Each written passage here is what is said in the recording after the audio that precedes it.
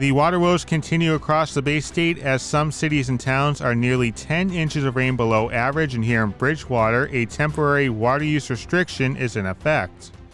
Welcome to this Bridgewater Now update. I'm John Luck. Right now you're looking at video from the town river just outside of our studio, as some items have been revealed where water would typically be flowing, including a shopping carriage.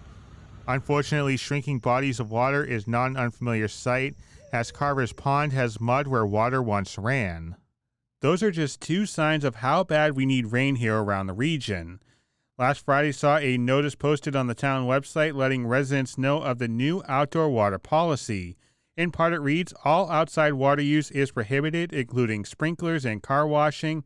However, there is one exception for vegetable garden watering, that is by hand only, with special hours of 5 to 9 a.m. and 6 to 8 p.m. There will be fines given to those who violate the new policy of $50 for the first offense and $100 for each violation thereafter.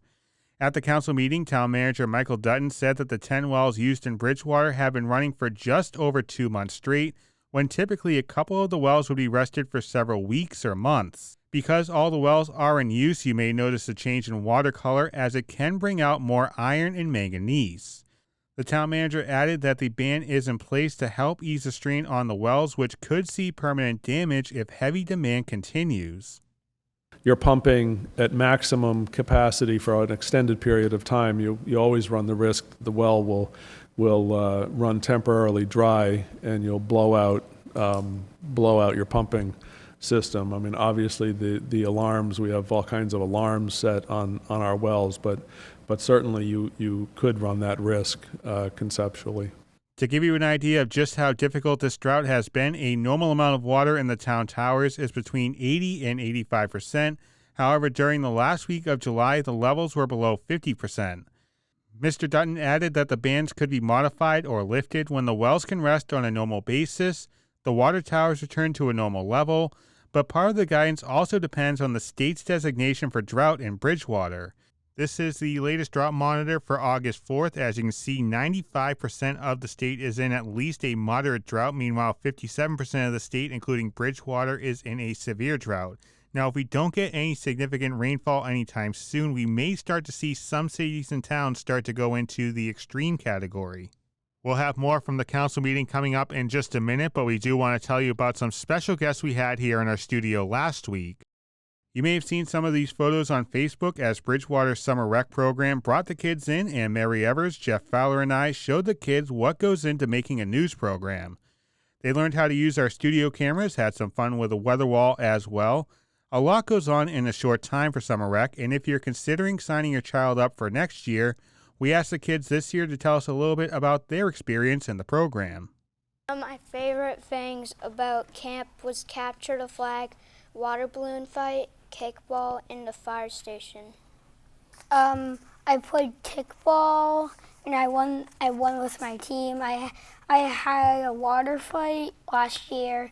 I played dodgeball, I shot some hoops, and played capture the flag.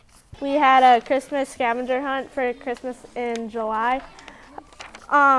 It took place in the kickball field.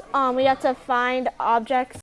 I also am looking forward to Fried Dough Day and the football toss. I also can't wait for when we do home run derby since I play baseball a lot. I really want to do tie-dye and can't wait for that. One of my favorite activities is going to BTV, where I am now. And to end the camp, we have a fun party. Rec camp is awesome and you should go too. We're Summer Rec and you're watching BTV. And if you'd like more information on Summer Rec, perhaps for next year, you can email recdir98@aol.com. A number of town charter changes were approved recently by the state legislature and is currently awaiting Governor Charlie Baker's signature. Town Clerk Marilee Hunt told councilors that with these changes passed, it's time to start thinking about an election. You may remember back in the spring, the annual town election didn't feature any council seats because there was still a wait and see from the state on when the charter changes would pass. The election plans for the council are starting to come into focus, and there are some things to consider. The election must be held within 180 days of the governor signing off on the changes. There is the option to hold the town election the same day as the state general election on November 8th, but the calendar crunch would begin very soon.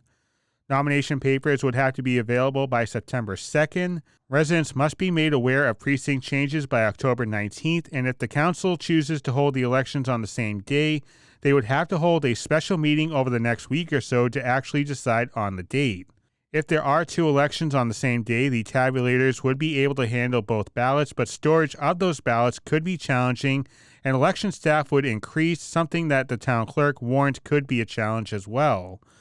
We'll keep you posted on any decisions made, but if you'd like to vote in the upcoming state primary on September 6th, the deadline to register to vote is quickly approaching. August 27th is the final day to register for the primary, and you can get more information by logging on to the website at the bottom of the screen.